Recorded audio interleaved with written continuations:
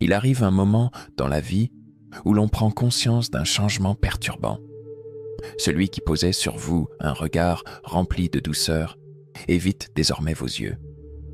Les mots qui s'écoulaient jadis avec spontanéité deviennent maintenant rares, mesurés, presque glaciales. Et alors, une question commence à tourner dans votre esprit. Qu'est-ce qui a changé? Si vous avez déjà ressenti la perte de l'amour de quelqu'un, vous savez que cela ne disparaît pas soudainement. L'amour ne s'éteint pas en une fraction de seconde. Il s'efface graduellement, comme le brouillard au lever du jour, comme les feuilles qui tombent avant l'hiver. Mais lorsque l'on prend enfin conscience de ce changement, il est souvent trop tard. Et si je vous disais qu'il existe des indices subtils indiquant que quelqu'un n'est plus amoureux de vous? Et s'il était possible de déchiffrer cette évolution avant que le dernier lien ne se brise? Carl Jung, l'un des plus grands pionniers de la psychanalyse, a affirmé que tant que vous ne rendrez pas l'inconscient conscient, il dirigera votre existence et vous l'appellerez destin. Cela signifie que ce que nous refusons de voir ou ignorons continue de façonner notre parcours. Et en amour, cette réalité peut être encore plus impitoyable. Nous fermons souvent les yeux sur les signaux de distanciation émotionnelle, car nous voulons croire qu'il reste une chance. Mais en vérité, l'amour ne s'évapore pas sans laisser de traces.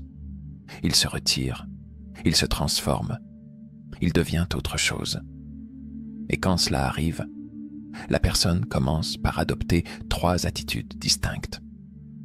Aujourd'hui, je vais vous dévoiler la première. Mais avant cela, j'aimerais que vous fassiez un petit exercice de réflexion. Pensez à cette personne qui un jour faisait battre votre cœur, celle qui vous faisait vous sentir important, apprécié, indispensable. Maintenant, rappelez-vous le moment où tout a commencé à changer. Peut-être s'agissait-il d'un léger éloignement. Les messages autrefois rapides à arriver mettaient soudain plus de temps à être envoyés. L'éclat dans les yeux que vous aimiez tant a commencé à s'éteindre. Les moments partagés, auparavant riches de sens, devenaient mécaniques, comme si sa présence physique ne reflétait plus un engagement émotionnel. Qu'est-ce qui s'est passé? Pourquoi l'amour semble-t-il s'échapper comme du sable entre les doigts? La philosophie bouddhiste enseigne que l'impermanence est la seule certitude de la vie. Rien n'est fixe, rien n'est éternel. Cela inclut aussi les émotions. Cet amour qui paraissait indestructible peut évoluer, s'affaiblir, disparaître. Mais si l'amour se modifie, comment savoir s'il reste encore quelque chose à préserver? Comment repérer les premiers indices qu'une personne s'éloigne, même si elle est toujours physiquement à vos côtés? La clé réside dans le premier signe discret qui apparaît lorsque l'amour commence à s'éteindre. Imaginez un oiseau perché sur une branche. Tant qu'il se sent en sécurité, il chante, construit son nid, fait de cet espace son foyer. Mais lorsqu'il perçoit que cet environnement n'est plus accueillant, il ne s'envole pas brusquement. Il ne pousse pas de cris d'alarme. Il commence à s'éloigner, lentement. De la même manière, l'amour s'éloigne en douceur.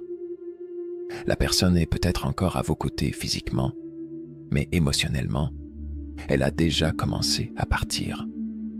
Elle prend ses distances, mais pas de manière évidente. Au début, de petits changements apparaissent. La manière de répondre à vos messages devient plus formelle, comme si elle accomplissait une obligation.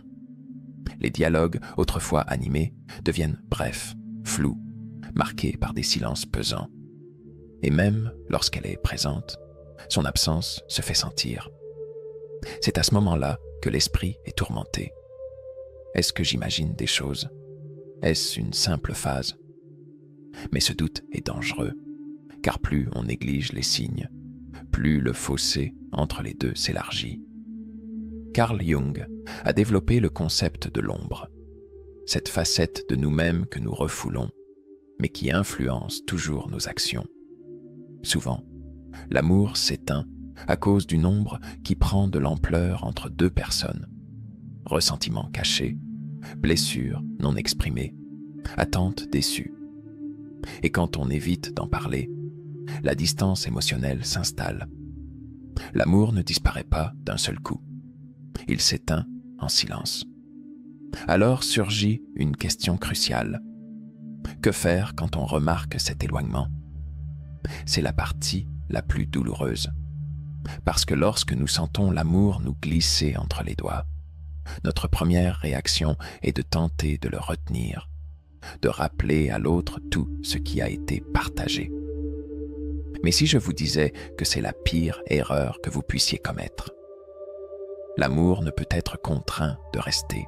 Le voyageur de cette histoire l'a compris en observant un simple oiseau perché sur une branche. Lorsqu'il a voulu s'approcher trop vite, l'oiseau s'est senti menacé et s'est envolé. La grande leçon est la suivante. Plus on cherche à retenir un amour qui s'éloigne, plus il s'enfuit rapidement. La douleur de voir quelqu'un partir est immense. Mais il y a une réalité encore plus difficile à accepter. La personne qui vous aimait n'a peut-être pas encore pris conscience qu'elle ne vous aime plus. Son corps est là, mais son esprit et son cœur sont déjà ailleurs, et vous le ressentez. Mais il y a des choses que vous ne comprenez pas encore, car lorsque l'amour commence à partir, deux autres signes apparaissent inévitablement. Les ignorer ne ferait que prolonger votre souffrance. Maintenant, je vais vous révéler le deuxième grand changement qui survient lorsqu'une personne perd son amour pour vous. Et lorsque vous saurez cela, votre perception des relations amoureuses ne sera plus jamais la même. Transformation silencieuse de l'amour. Avez-vous déjà regardé quelqu'un droit dans les yeux et ressenti qu'un élément fondamental avait changé? Les traits du visage sont les mêmes, la voix a toujours le même timbre, mais quelque chose d'essentiel s'est transformé. C'est peut-être la manière dont cette personne vous écoute, ou plutôt, la façon dont elle ne vous écoute plus. Avant, chacune de vos paroles semblait avoir un poids, une signification précieuse. À présent, tout semble n'être qu'un bruit de fond, quelque chose qui entre par une oreille et ressort par l'autre. C'est alors que l'on réalise que cette personne n'est plus la même pour nous. Dans la partie précédente, nous avons abordé le premier signe indiquant que l'amour commence à disparaître, le retrait de présence. La personne est là physiquement, mais son esprit est déjà ailleurs. Son corps reste, mais son cœur s'éloigne. Cependant, il y a un changement encore plus douloureux. Quand l'amour s'éteint, il ne se contente pas de prendre ses distances, il se métamorphose. Carl Jung a expliqué que tout ce que nous refusons d'admettre à nous-mêmes finit par nous dominer. Et en amour, nous nions souvent ce qui se passe sous nos yeux. Le deuxième signe qui révèle qu'une personne ne vous aime plus est cette transformation qui la rend presque méconnaissable. Ce changement n'est pas dû au hasard. Pensez à un couple qui a partagé des années ensemble. Au début, il y avait cette connexion parfaite, comme si chacun pouvait deviner les pensées de l'autre. Avec le temps, ce lien s'effiloche. De petites irritations apparaissent, les silences s'allongent, les rires perdent de leur sincérité. Puis, un jour, vous vous rendez compte que cette personne, autrefois si familière, semble aujourd'hui être une étrangère. Elle a changé. Cela s'explique par le fait que l'amour forge une identité partagée. Lorsque deux personnes s'aiment, leurs univers respectifs se croisent et s'entrelacent. Leurs pensées, leurs habitudes et même leur manière de parler se reflètent mutuellement. Mais lorsque l'amour commence à s'éteindre, cette fusion identitaire se désagrège. La personne qui marchait à vos côtés doit alors se redéfinir sans vous. Son comportement évolue donc. Son regard n'est plus le même. Les conversations, jadis fluides et profondes, deviennent superficielles, presque forcées. Vous avez l'impression de discuter avec une connaissance distante, plutôt qu'avec quelqu'un qui partageait autrefois vos pensées les plus intimes. Imaginez un couple qui a traversé les années ensemble. Ils ont partagé des voyages, des secrets, des rires et même des silences confortables. Mais avec le temps, quelque chose a changé. Il a remarqué que ces plaisanteries, qui déclenchaient autrefois un éclat de rire contagieux, n'ont plus aucun effet. Les discussions, autrefois passionnées et intenses, sont devenues froides et formelles. Puis, sans avertissement, il a pris conscience que cette femme, qu'il aimait profondément, était devenue une étrangère. Il a senti que l'amour avait disparu, mais une réalité encore plus troublante s'est imposée. Elle était devenue quelqu'un d'autre. Les chansons qu'ils écoutaient ensemble n'éveillaient plus rien en elle. Les mots qui la réconfortaient autrefois semblaient désormais dénués de sens. Les projets qu'ils avaient construits ensemble n'avaient plus aucune importance pour elle. Alors, il a compris. Ce n'était pas seulement l'amour qui avait disparu, c'était elle-même qui avait changé. Et c'est ce que beaucoup de gens peinent à accepter. Quand quelqu'un cesse de vous aimer, il ne fait pas que s'éloigner. Il devient une personne que vous ne reconnaissez plus. Et cette transformation est dévastatrice. Elle vous force à admettre qu'à un moment donné, vos identités s'étaient entremêlées. Et désormais, cette fusion n'existe plus. Alors survient la question douloureuse. Où est passée la personne qui m'aimait autrefois? La réponse est à la fois simple et déchirante. Cette personne n'existe plus. Elle a évolué, car l'amour qui l'unissait à vous n'habite plus son cœur. Cela signifie-t-il qu'il n'y a jamais eu d'amour véritable? Non, cela montre simplement que l'amour est une émotion fluide et changeante. C'est ici que beaucoup de gens commettent l'erreur d'essayer de recréer ce qui n'existe plus. Ils tentent désespérément de ramener quelqu'un qui n'est plus le même. Avez-vous déjà essayé de revivre des souvenirs heureux, de revisiter des lieux chargés d'émotions, de relire de vieux messages en espérant raviver une étincelle? Avez-vous essayé de recréer des moments en pensant que cela pourrait rétablir la connexion d'autrefois? Mais voici une vérité difficile à accepter. Ce qui est parti ne revient jamais sous la même forme. L'amour, comme une rivière, suit son cours. Et essayer de le retenir, c'est comme tenter de saisir de l'eau à pleine main. Plus vous serrez, plus il vous échappe. Alors, comment avancer quand la personne que vous aimiez n'est plus celle qu'elle était? La réponse réside dans un concept central de Carl Jung, le lâcher-prise. Lâcher-prise ne signifie pas oublier. Cela ne veut pas dire effacer les souvenirs. Cela signifie accepter que l'amour qui vous unissait a déjà accompli son dessein. En reconnaissant cela, vous cessez de lutter contre la réalité et commencez à trouver la paix. Mais il reste encore une question à affronter. Comment se reconstruire après une telle perte? C'est une interrogation douloureuse. Mais il existe un chemin à suivre, le chemin de la reconstruction. Carl Jung a développé une méthode pour nous aider à accepter ces transformations inévitables de l'existence. Selon lui, en prenant quelques minutes chaque jour pour explorer et traiter nos émotions en pleine conscience, nous pouvons trouver la paix intérieure, même face aux pertes les plus douloureuses. C'est précisément ce que vous découvrirez dans la méthode LUD, un guide inspiré de la pensée de Jung. 5 minutes par jour pour atteindre la paix intérieure et la clarté mentale. Cet ouvrage n'est pas simplement une compilation de concepts théoriques. C'est un guide pratique destiné à ceux qui souhaitent transformer la douleur d'une séparation en un chemin de découverte de soi. Il montre comment appliquer les enseignements de Jung dans le quotidien pour surmonter l'incertitude et accepter les cycles naturels de la vie. Si vous souhaitez entreprendre ce voyage intérieur, l'e-book est disponible dans le commentaire épinglé de cette vidéo.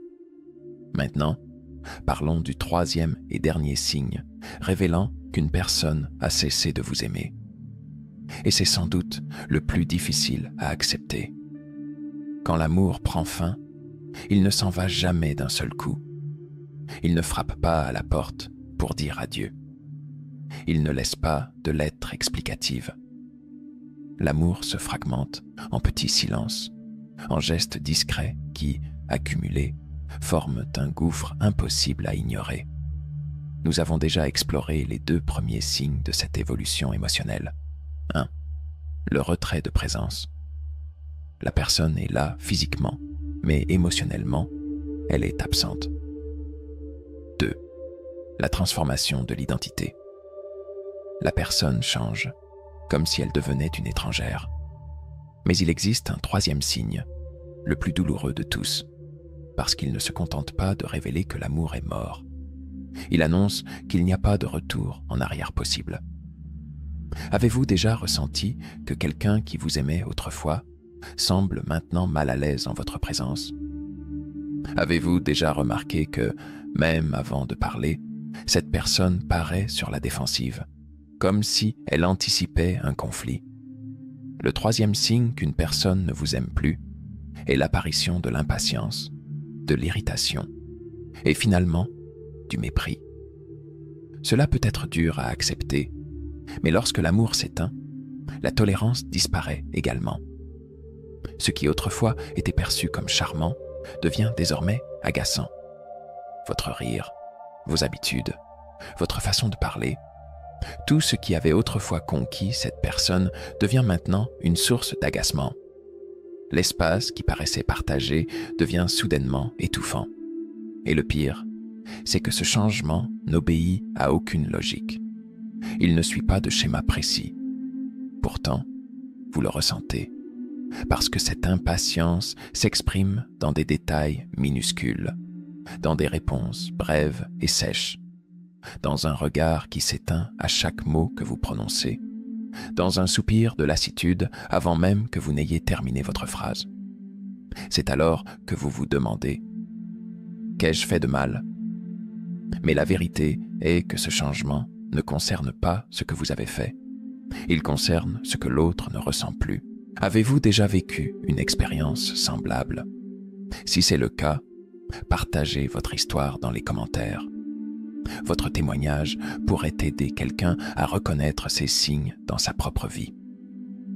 Le philosophe Friedrich Nietzsche a dit que le contraire de l'amour n'est pas la haine, mais l'indifférence. Il avait raison, parce que tant qu'il reste un peu d'amour, même blessé, il persiste un désir de réparer, de comprendre, de se battre pour cette relation. Mais quand l'amour meurt, tout effort devient superflu. Puis vient l'instant le plus douloureux de tous. L'autre personne n'en a tout simplement plus rien à faire. Et c'est le coup le plus cruel. Parce qu'avant, il y avait au moins une réaction, une émotion, un élan. Mais désormais, peu importe ce que vous dites, peu importe votre détresse, rien ne semble avoir d'effet. Cette personne qui vous tenait autrefois la main, qui vous promettait l'éternité, vous regarde maintenant comme si vous n'étiez qu'un étranger. C'est à cet instant que vous comprenez que la pire douleur en amour n'est pas le rejet. C'est le sentiment d'être devenu invisible aux yeux de celui qui vous considérait autrefois comme son monde entier. Pourquoi cela arrive-t-il? Pourquoi quelqu'un qui vous aimait si intensément semble-t-il maintenant vous fuir? La réponse est brutale. Quand l'amour s'éteint, la cohabitation devient un fardeau. La personne qui se sentait comblée à vos côtés ressent désormais un besoin de s'évader. Et cela engendre un malaise diffus, difficile à exprimer avec des mots. Alors, l'agacement s'installe dans les moindres détails. Ce toucher autrefois spontané paraît désormais forcé. Cette conversation autrefois fluide devient pénible. Ce sourire qui jaillissait naturellement n'est plus qu'une formalité. Si vous n'avez pas encore vécu cette situation, soyez vigilant. C'est l'étape finale avant l'adieu définitif. Et voici la vérité la plus difficile à admettre. Même si vous reconnaissez ces signes, même si vous essayez de dialoguer, même si vous faites de votre mieux pour raviver la flamme, si l'amour est déjà parti, rien ne pourra le ramener.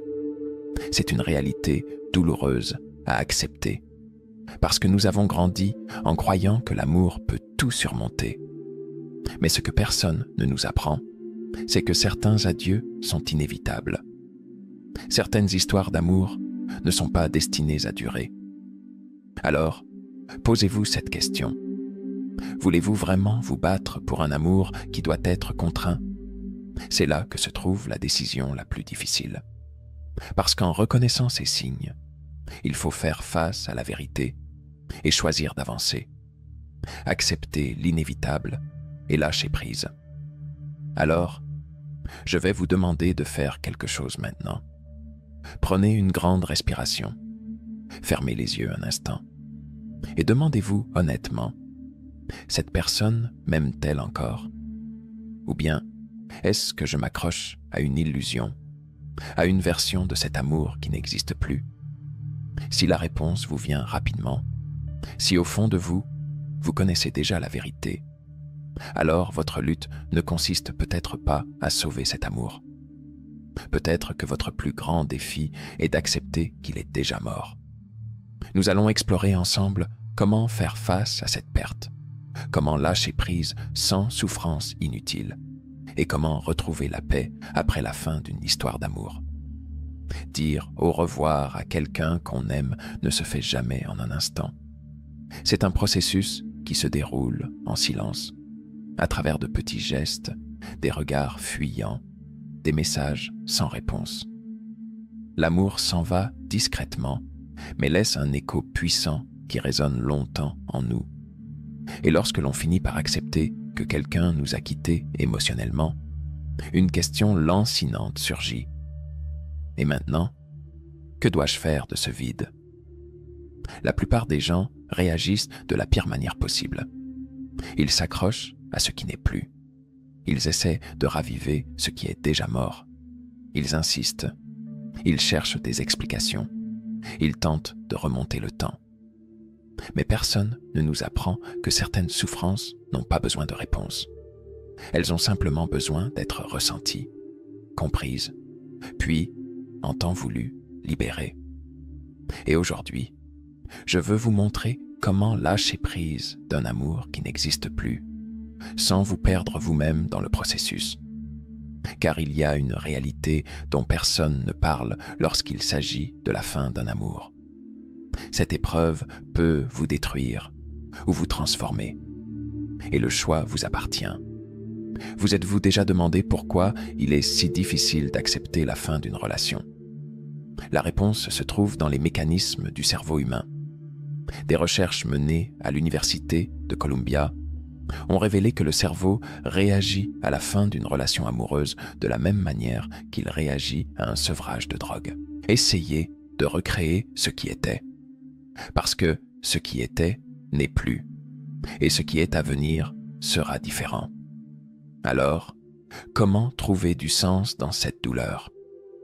En acceptant que cette expérience vous a transformé, en choisissant de voir cette fin comme un nouveau départ, en décidant de tirer des leçons de cette histoire pour mieux aimer à l'avenir, mais aussi pour mieux vous aimer vous-même.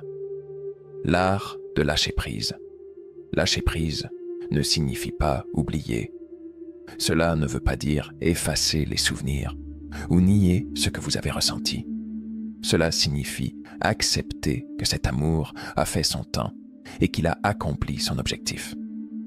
Cela signifie cesser de lutter contre la réalité, de résister à ce qui est inévitable.